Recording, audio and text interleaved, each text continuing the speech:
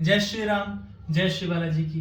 एक बार फिर मैं आपका जय बाबा बालाजी धाम के अधिकृत YouTube चैनल पे स्वागत करता हूँ। एक बार फिर से गुरु महाराज की आज्ञा के अनुसार मैं आपको कुछ और जानकारी देने के लिए हाजिर हूँ। ये जानकारी आपके और हमारे जीवन में बहुत काम आने वाली है, क्योंकि दरबार में बहुत से ऐसे भक्त आते हैं जो बताते हैं कि वे गत 5 वर्ष से 3 वर्ष से या ऐसा कह सकते हैं लंबे समय से मंगलवार के व्रत करते हैं, उसके बावजूद भी उन्हें बहुत सी समस्याओं का सामना करना पड़ रहा है। ऐसी स्थिति के अंदर ये कहा जाना सही नहीं है कि वे मंगलवार का व्रत कर रहे हैं इसकी वजह से समस्याओं का सामना कर रहे हैं। नहीं, इसमें गलती हमारी है, क्योंकि हमें पता ही नहीं है कि मंगलवार के व्रत करने के नियम क्या होते हैं। जब तक हमें किसी कार्य को करना नहीं आता हो तब तक हमें उस कार्य को नहीं करना चाहिए। अनजाने में अगर हम किसी कार्य को करते हैं तो हमसे त्रुटि गलती होती है, जिसका परिणाम सही नहीं रहता है। मैं आपको इस वीडियो के अंदर मंगलवार का व्रत कैसे करते हैं उसके नियमों के बारे में बताऊंगा।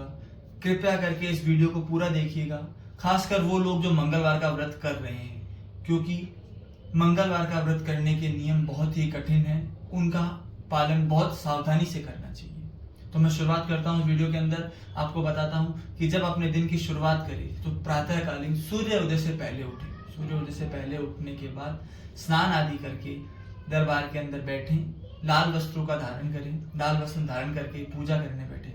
सबसे पहले आप जो अपनी दैनिक पूजा करते हैं, आपको वो सारी दैनिक पूजा करनी है। उसके बाद में आप 11, 21, 7 जितनी भी आपकी श्रद्धा हो, जितना भी आप कर सके उतनी माला जप करनी है राम के नाम की, क्योंकि राम का नाम भगवान को बहुत ज्यादा प्रिय है। तो मंगलवार के दिन हम उन्हें वही चीज सुनाएं जिससे वे प्रसन्न होते हैं, तो वे ज्यादा उचित रहता है। इसलिए सबसे पहले राम नाम का जप करें, जितना आप अधिक कर सके। पूरा दिन हो सके संभव तो पूरा दिन राम नाम का जप करें। बुजुर्ग लोग जो व्यापार नहीं करते या किसी काम नहीं करते, जॉब नौकरी इत्यादि नहीं करते, तो वे पूरा दिन कर सकते हैं, इसमें कोई बड़ी बात नहीं होती। तो अपन वो काम कर सकते हैं, तो पूरा दिन राम नाम का जप करें। उसके पश्चात जब आपकी पूजा पूर्ण हो जाती है तो आप गायों को चारा डालें, पक्षियों के लिए पानी या दाने की व्यवस्था करें, क्योंकि धर्म कर्म ही हमारे आगे काम आता है। भगवान भी उन्हीं व्यक्ति का सहारा बनते हैं जो उनके द्वारा बनाई गई जीवों का ध्यान रखते हैं, उनके लिए कुछ करते हैं। उनके लिए भगवान सबसे पहले आतुर होते हैं। आपका दूसरा काम ये हो चुका है। अब मैं आपको बताता हूँ कि आपको क्या करना है। आप व्रत कीजिए। व्रत के अंदर आपको क्या प्रसाद में लेना है, अपने हाथों से आप प्रसाद बनाएं।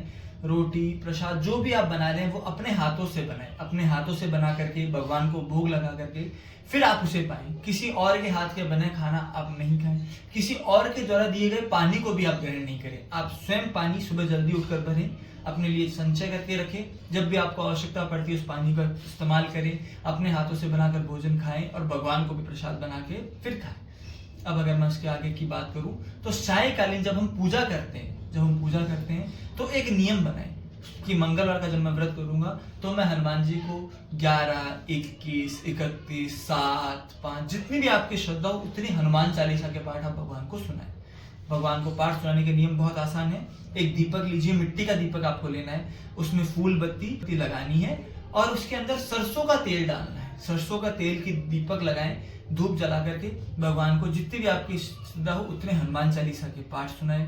पाठ सुनाने के पश्चात आसन को प्रणाम करें, आरती करें और फिर अपने दिन का जो भी आप कार्य बचा हुआ है वह कार्य करके आप विश्राम ले सकते हैं। एक बात जो बहुत ही ज्यादा महत्वपूर्ण है, ध्यान देने योग्य है, जिसमें आप हम सब हमेशा गलती करते आए हैं, उससे बचे। वह बात यह है कि जितना संभव हो सके उतना पर स्पर्श से बचे। पर स्पर्श से मेरा मतलब है किसी और व्यक्ति के स्पर्श से बचे, क्योंकि जो व्यक्ति सामने आप जिसके आप स्पर्श कर रहे हैं उसकी मति कैसी है, वो कितना शुद्ध है, उसने आज जीवन में आज क्या क्या कर्म किए हैं, इसका ज्ञान हमें नहीं है। इसलिए पर स्पर्श से बचे, विशेषकर महिलाओं के स्पर्श से बचे, क्योंकि हनुमान जी बाल ब्रह्मचारी हैं। तो हम उनकी आराधना कर रहे हैं तो हमें उनके लिए उनकी पूजा सही तरीके से हम कर सकें, भाव श्रद्धा से कर सकें। इसलिए हमें पर स्पर्श या महिला स्पर्श से तो विशेषकर बचना चाहिए। ध्यान रखिए, किसी भी तरीके के शौर कर्म आपको नहीं करने, नाखून नहीं काटना है, बाल नहीं काटने है, अपन दाढ़ी वगैरह, इन सब का हमें उस दिन बिल्कुल भी इन सब कार्यों को हमें नहीं करना है। इनसे हमें बच के रहना है। विशेष तौर पे इन सब चीजों का ध्यान रखिए। जितनी सावधानी आप रखेंगे उतना ही ज़्यादा आपके लिए यह व्रत मंगल में रहेगा। पानी एक संचित मात्रा में ही पीजिए, क्योंकि बार बार कुछ खाने से, कुछ भी पीने से हमारा मुंह जूठा हो जाता है, जिसकी वजह से हमें पाप लगता है। कम खाने से मेरा मतलब है आप जब व्रत खोलते हैं उस समय आप भरपेट खा लीजिए, पानी आदि पी लीजिए, जितना कम हो सके उस दिन खाएं। हम लोग व्रत तो करते हैं लेकिन पूरे दिन कुछ ना कुछ खाते रहते हैं, तो उससे हमारा मुंह जूठा होता है। तो हमें इन सब चीजों का ध्यान रखना है।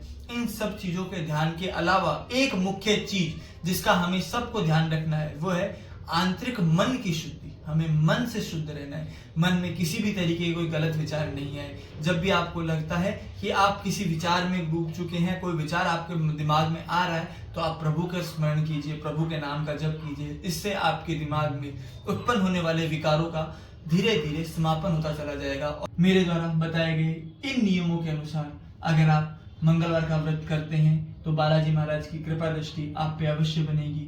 बालाजी महाराज आपके जीवन से संकटों का हरण करेंगे, क्योंकि ये संकट मोचन है, इनका कार्य है आपके जीवन से संकटों का हरण करना। तो बालाजी महाराज आपके जीवन से संकटों का हरण करेंगे और आपको अच्छा आशीर्वाद प्रदान करेंगे। इसी के साथ इस वीडियो को देखने के लिए आपका बहुत बहुत धन्यवाद। धाम से जुड़े रहने के लिए और धाम के बारे में अधिक जानकारी प्राप्त करने के लिए हमारे YouTube चैनल से जुड़े रहें। जय श्री राम, जय श्री बालाजी की।